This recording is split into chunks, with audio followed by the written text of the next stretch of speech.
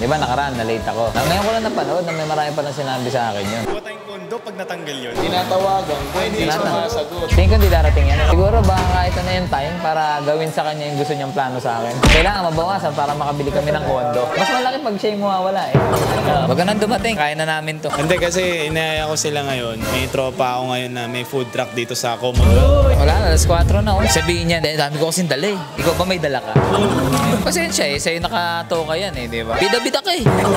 Okay ka lang? Okay lang. Ano naman dahilan mo? Buhay. Yan ang dahilan ba't tayo 4 na oh. para naman tayo hindi magtotropa. Oo nga. Past is past naman Pasis na. Presence is the future. Ito na nga, magmerienda na tayo. Wala akong mga camping chair kasi pwede ata tumambay dun. Pagtawid nyo lang ng Ever, may food park dito sa likod. Tapat lang ng Ever Gotesco Commonwealth. Ang ganda na dito, pare. Buisit ka. Hintay tayo. So, food park by Don Antonio. At pala. Sa may tapat lang ng The Residences. At binangga ang cameraman natin. Uy, ibang pumina yun ah. So, habang wala yung may-ari, buksan na natin yung lugar nila. Buksan na natin. Eto pala yun. Jo. Opo. Pare, ba't wala si Joe? Anong klaseng customer service yan? Ayun, dumating na yung customer natin. Dad. Hello po. Les, lahat ng sasabihin mo ay maaaring gamitin laban sa'yo at para sa'yo. Kasi ang laban na to. So, ingat-ingatan mo ha. Ay, nakita akong kaso kanina. Buti nakailag to. Sasagasaan ito. Di ba ano yun? Attempted socialize?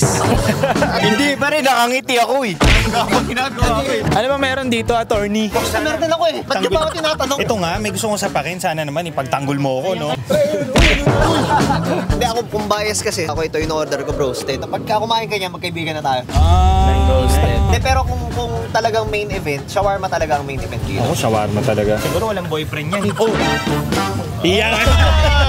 Kapag ka first timer pong kakain sa Oo nga. ano ang i-recommend nyo? Mas gusto niyo po ba yung may rice or yung bread, quick bites? Maganda, hawak lang, ano? Recommend ko, if sa kanin, roasted chicken. Oh, ba't nandiyan ka? Umorder na kayo!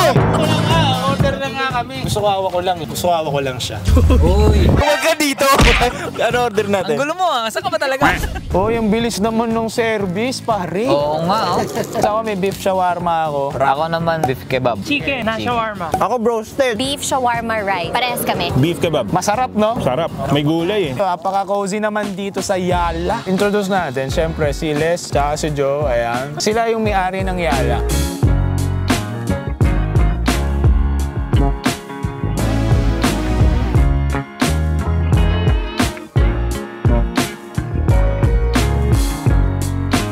Itong dalawang to, di ba? Sikat yan, pare. Sila yung makikita nyo yung sweet na couple. Kamusta naman kayo yung nung natikman nyo yung pagkain? Ayan. Ngayon ako nakakain ng yung mukhang healthy. Ay, oo nga, ano? Oo nga, healthy. Para siyang walang masyadong Diba? May healthy vibe siya, ganun. Yes, sir. Kayo, kamusta yung food? Ito lagi ko kinakain dito eh. Talagang nagkamay ka na nga, Torny. Hindi, pero ito kasi talaga favorite ko, roasted chicken. Ikaw, Joe, anong laging in-order mo sa nyo? Ako talaga, chicken shawarma talaga ako. Pero kasi, bago kasi to, kakalagay lang namin sa menu. Ano pala iba mong business? Voice tapes, yun yung audio guestbook namin. Instead of the guests having to write down yung mga messages nila for the couple, or kahit birthday celebrant, boses, may phone. Then mapapakinggan nyo yun after or kung kailan yung trip, diba? Parang... Tapos, yung isa, last year ko lang inopen yung jewelry business ko. Yung Lilac Jewelry. jewelry. Tapos ito, the newest one, is Yala. Yala. Sa mga hindi nakakaalam, yan, kung hindi nyo pa sila napapanood, aside sa si Joe, ayan, social media, and influencer, si Les naman is newly graduate ba, pare? Newly Licensed graduate. attorney. Palakpakan na! Palakpakan natin! Paano kayo nagkakilala pa? Hindi kasi nagkakilala kami dahil sa Happy New Year. Binati ko siya Happy New Year. First move ka, pare? Siyempre naman. Akala ko ba sabi mo ikaw ang first mo ba ng mga... Hindi kasi exception siya eh. Yun ang mga sagot, ha? Panis! Yun ang mga sagot, ha? Tapos yun, Happy New Year. Pero suntok sa buwan lang yun. Kumbaga, pag nag-reply, di okay. Pag di nag-reply, di wala. Ay, nag-reply. Tuwing kinukwento niya to, parang sumasama yung loob. Ayan! Tama yung sinabi niya. Because it's New Year, masaya. Parang ang sama naman kung hindi ko re-replyan, di ba? Nawala ng choice. Parang pakiramdam ko kasi may pangangailangan. Hindi naman siya nagkamali. May pangangailangan talaga ako sa pagmamahal. Oy, ilan taon na ba kayo? Magna-9 na. And then, ilan taon ka nag-take ng law, pare? 4 years. 4 years. Kasama yung license mo, 5. Pa 4 years lang talaga. 4 years talaga. Angas mo naman. Solo, pare. 4 years. Walang date, wala nang mga... Eh, ano naman? Paano yun? Hindi, ano naman, naman, to be fair, kasi sinasabi ng lahat parang wala ka ng oras, di ba? Ano naman, depende siya sa time management mo talaga. May time na talagang hindi ka pwedeng lumabas kasi mabigat yung assignment mo. Pero may time naman na makakalabas ka pa, makakapag-socialize ka. Pero pipiliin mo yung mga taong bibigyan mo ng oras. Kunwari, kami madalas magkasama. Pero kunwari, nung time na nag-aaral ako, hindi tayo nagkikita. Time management lang. Hindi ka naman nahirapan, Joe. 4 years. Busy talaga, pre. Nakikita ko kasi si Les Note. Minsan ka-video call ko ang kapal ng mga libro. Di na lumalabas din halos ng ano. Kunyari sa isang linggo, ilang beses. Ay, isa, dalawa. Weekend. Nag-spend time naman. Okay lang naman sa yun kasi yun nga may connotation na kapag nag-glow yung guy or girl, medyo busy talaga. No? Okay lang siya sa akin because he's always done a good job at letting me know na magiging busy siya.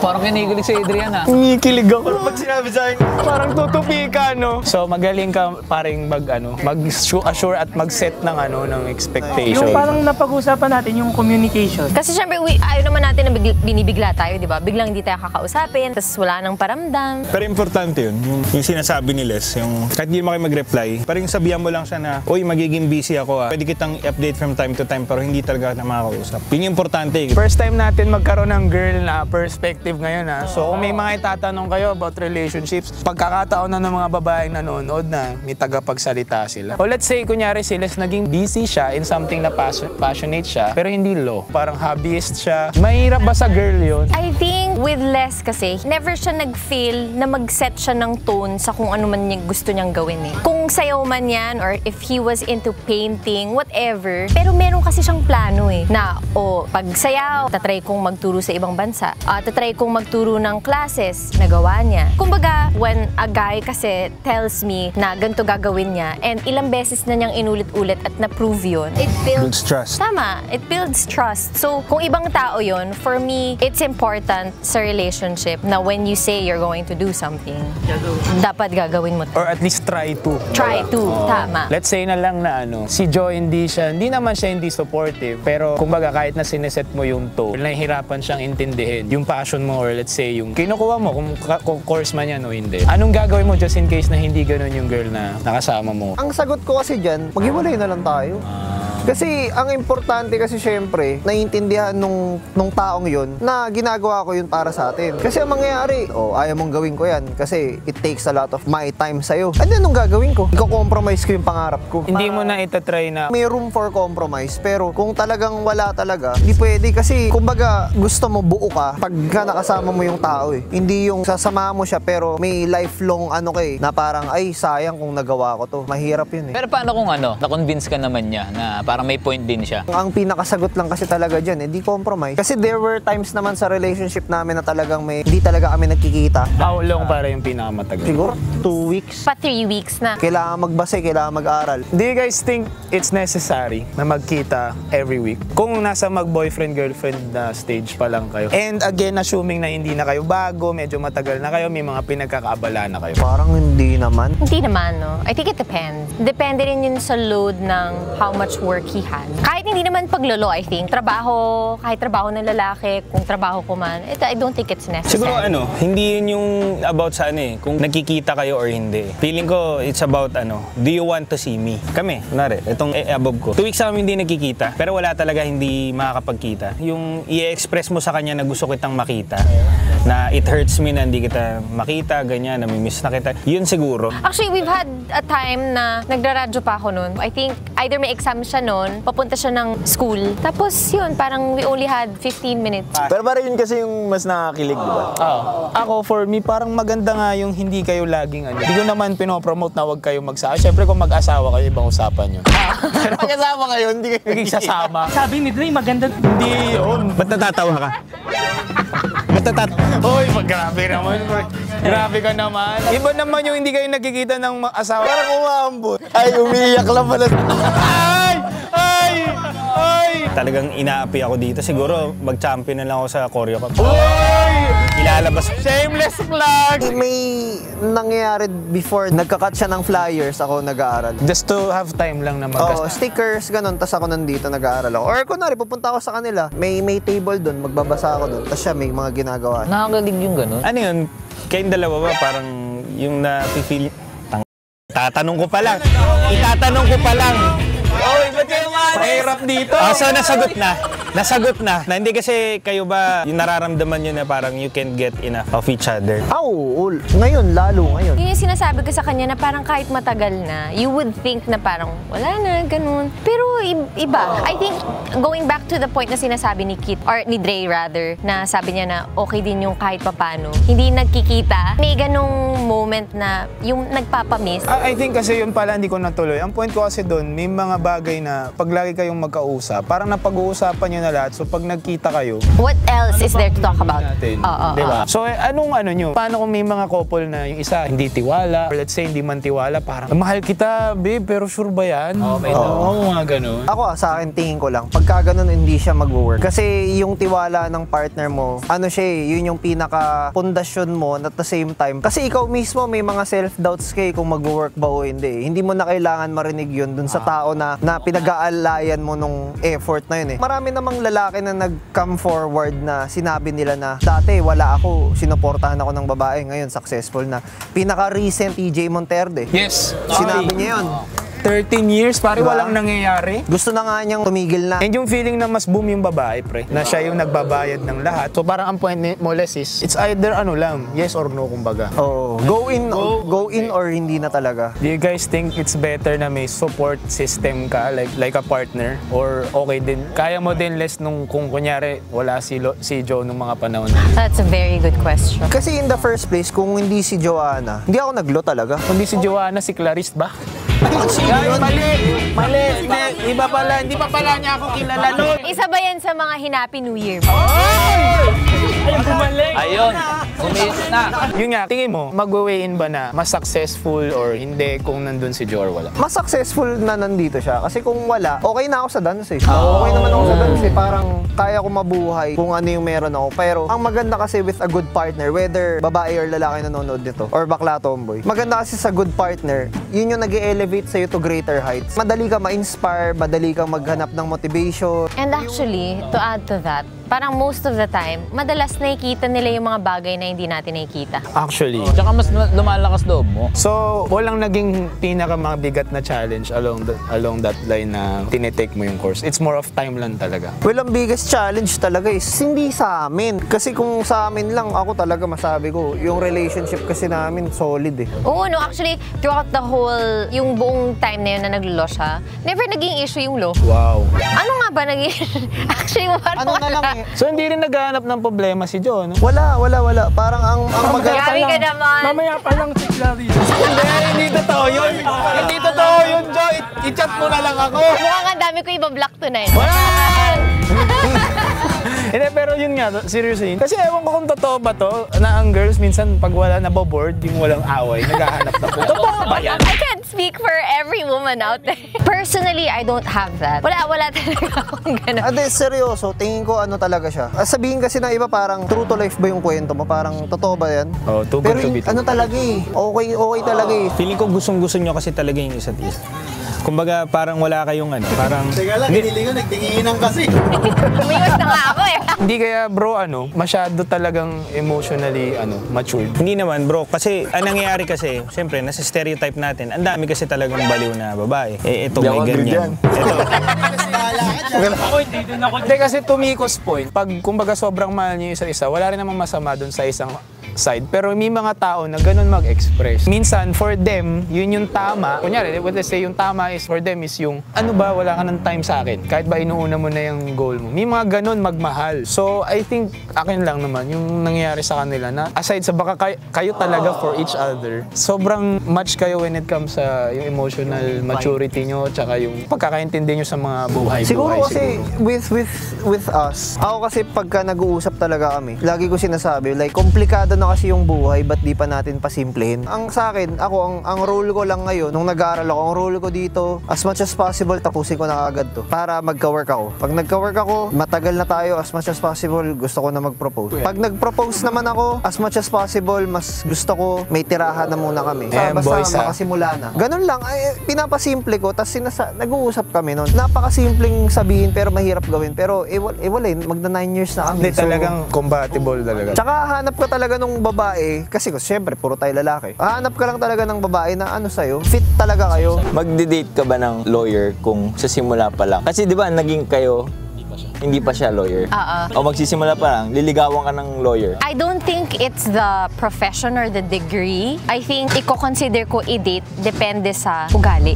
Wala naman problema sa akin kung anong passion mo, kung gusto mo magsayaw, painter ko, bahala. Basta yung may goal sa buhay. That's number one. At saka nakikita kong sinusubukan niya at gagawin. Walk the talk, kumbaga. Oo, mismo. Lagi ko sinasabi rin, I think, kasi di ba madalas sinasabi nila parang, yun nga, mabilis nga magtampo yung mga babae. Pero dahil walang oras sa kanila yung lalaki, laging ganun. Pero, di ba parang, I think you're asking the wrong questions. Kasi in a way na, bakit busy yung lalaki sa kanya? O building a future for us, naglo-law school, kung hindi man mag-reply, nagbabasa, kung hindi makapag-reply, nagdodota, kung hindi makakapag-reply, nagsasayaw. That's it. Although, to be fair, syempre kasi we're talking about building careers, ganito, ganyan. On the side of women naman siguro, ito a different perspective lang. On the side of women, kahit papano, we can't blame them for finding a guy na settled na as compared to finding a guy na building pa lang. Kasi, hindi naman sa gold digger, hindi naman kagad ganun na parang, naghahanap ka ng settled, gold digger ka. Hindi Ang hinahanap mo kasi is settling down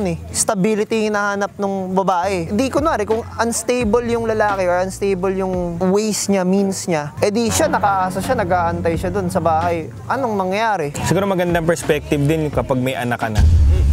Kasi kapag may anak ka, ako iniisip ko yung anak kong babae, liligawan. Siyempre, outside looking in, anong ginagawa ng lalaki? Iisipin mo yun Anong intention sa kanya nung lalaki? Yung mga ganon. So, bro. Ang ganda ng sinabi mo. Alam mo bakit? Kwento ko sa inyo. May time before na nagtanong ako manligaw nagpaalam ako.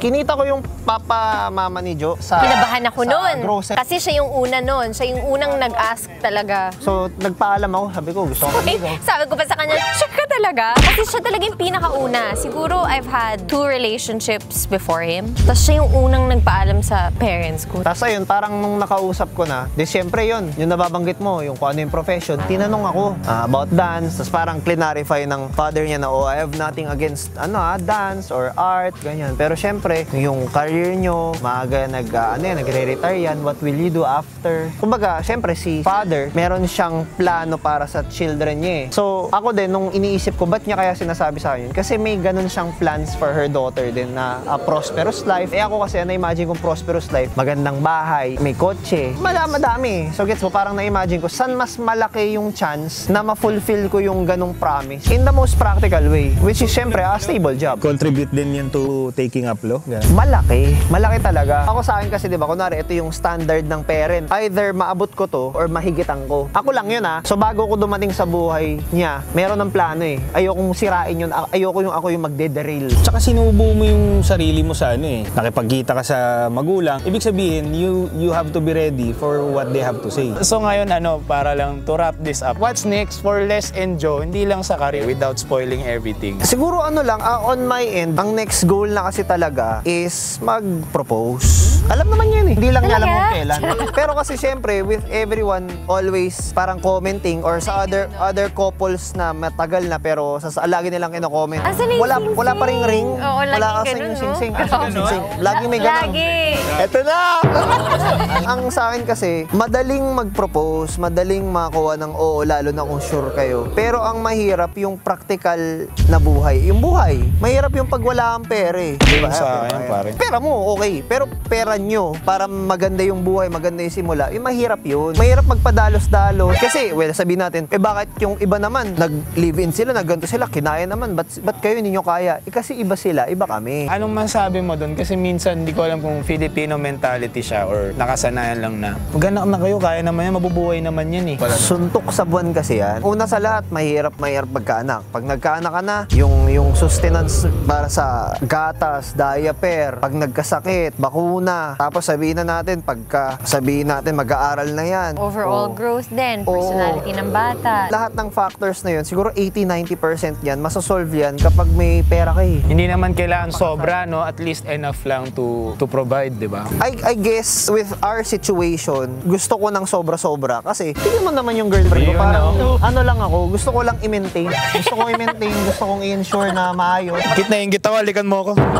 nag-aaral ako, kunwari, lilibre niya ako, ganito, ganyan. Gusto ko pagdating ng time na mas financially capable na, mas sobra-sobra na, ako naman yung ganun and more. Sabi ko nga sa kanya, lagi gino-joke niya ako. Sabi niya, uy, Bear, yun yung dream car ko, Mini Cooper, ganito, ganyan. Sabi ko, bibilang kita Hot Wheels lang. Pero, long run, yung nakita ko na sa malayo, gusto kong bumili nun sa kanya. Para, ayun, malayo pa. Malayo pa eh. Andun pa. Banner pa yan. Jo, eto na! Ay, susi! Hindi mo ba alam? Kadena ng bike yan eh. Mangarap ka lang din, taasan mo na. So parang ganun din ang alam sa So let's say bro, naging challenging yung sobra-sobra na. Tapos nag-catch up yung time. Stubborn kasi ako eh. Ako stubborn ako eh. Kunwari pag may goal ako, hindi ako nagpa-plan B kaagad. As in, isi-squeeze ko yung buhay dun sa... Pero wait lang, na-curious ako. Kasi syempre stubborn ka, di ba? Pero time is inevitable. Minsan, kahit gaano kagaling yung tao, minsan may mga bagay tayo hindi naaabot. So, hypothetical lang, kunwari, biglang nagpa-check up siya, kunwari, medyo okay. mababa No, na I think yung that's... mga ganun. Hindi, ang sa akin kasi, ito kunwari, ito sabihin natin, ito yung gusto kong mangyari. Pero sinasabi nyo, limited na ako ng time. Ang lagi ko kasi sinasabi sa kanya, kung ito lang yung goal ko, dali lang abutin eh. Pero kung at least ito, sabihin natin, limited ako by time, ito lang maabot ko. Kahit natamaan ko man lang yung ilalim ng bubong, okay na yun. Mataas na yun. Kasi at least, mas mataas yung naabot ko as compared sa kung nandito lang. Galing ni attorney! Sabi nga, reach for the moon para if you fall, you will reach the stars. Reasonable naman eh. Ako kasi, syempre, tao lang naman tayo, limitado tayo. Syempre, to God be the glory. Kung anong will ni Lord, kung hanggang saan lang talaga... Jo, ayusin mo buhok mo, Jo.